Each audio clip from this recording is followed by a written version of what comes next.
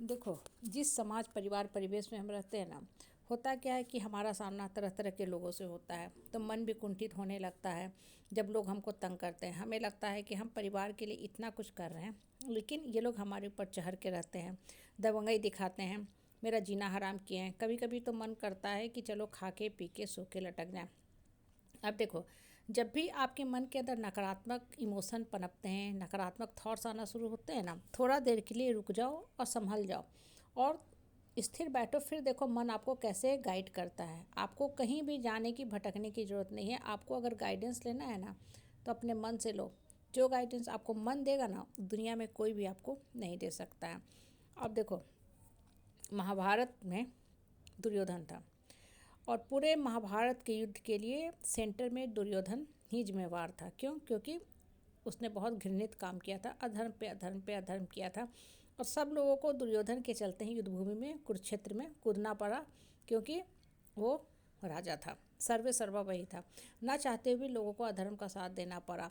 लेकिन आप देखो, दुर्योधन जो है अपने आँख के सामने सबका अंत होता देखा। उसके अपने बेटे लक्ष्मण का देहांत हुआ, मित्र कर्ण का देहांत हुआ, उनके गुरु द्रोणाचार्य हो, सबका एंड दुर्योधन ने अपने आँख के सामने देखा। और अंत में दुर्योधन भी स्वीकार किया कि हाँ, मेरे गलत नीति का परिणाम हुआ ये युद्ध और पूरे परिवार का अंत हो गया, पूरा परिवार का खात्मा हो गया।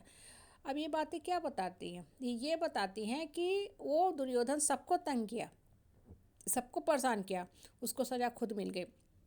कैसे मिल गई? सबसे बड़ी सज़ा की उसके आँख के सामने उसके परिवार के लोग एक एक करके ऊपर चले गए और चाह के भी वो असहाय हो गया। अंत में युद्ध नहीं रोक सकता था। क्यों? क्योंकि उसकी प्रतिष्ठा दांव पे रख गई। और वह युद्ध रोक के भी क्या करता जब उसके सब अपने ऊपर जा चुके थे। अब ये चीज़ें आपके अपने निजी जीवन में भी अप्लाई होती है।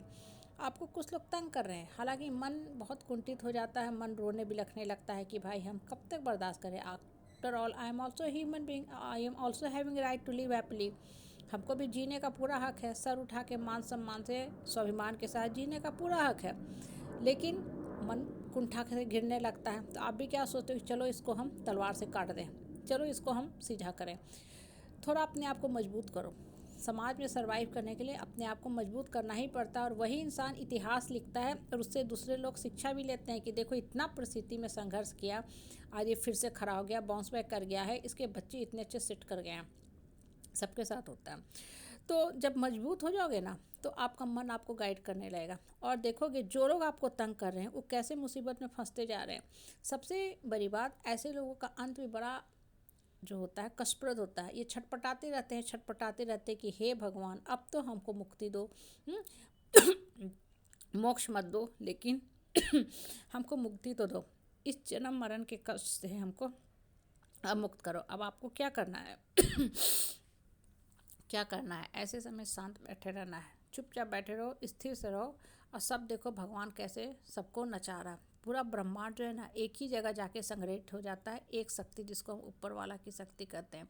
आपका मन कुंठित हो रहा था, परेशान हो रहा था, अब देखो ये इंसान कैसे छटपटा रहा है। कोई भी इंसान इतना ताकतवर कभी नहीं है हो सकता कि उस सबके ऊपर लंबे समय तक शासन करे। भगवान आपको शक्ति देता है, उस शक्ति का सही दिशा में उपयोग करने के लिए, इसलिए नहीं देता है कि आप तानाशाही करो। बड़ा से बड़ा देखो, जो डॉन होता है, गुंडा मवाली आदमी होता है, उसका भी खात्मा हो जाता है।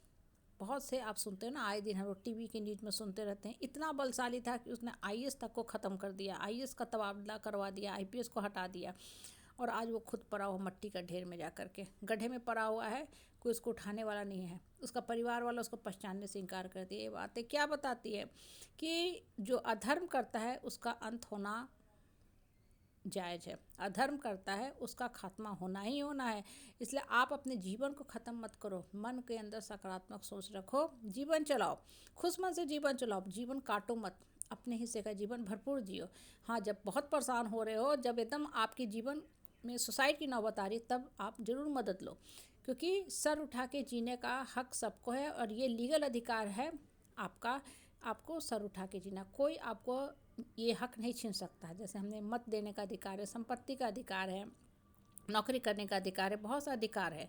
तो आपका अधिकार के साथ अपने ऊपर भी कर्तव्य है कि आप सर उठा के जिए और कोई आपकी इस अधिकार का हनन करता है तो आप खुल के हेल्प लो। आपके देखा देखी बहुत लोग सामने आएंगे, वो भी अपने जीने का हक लेंगे।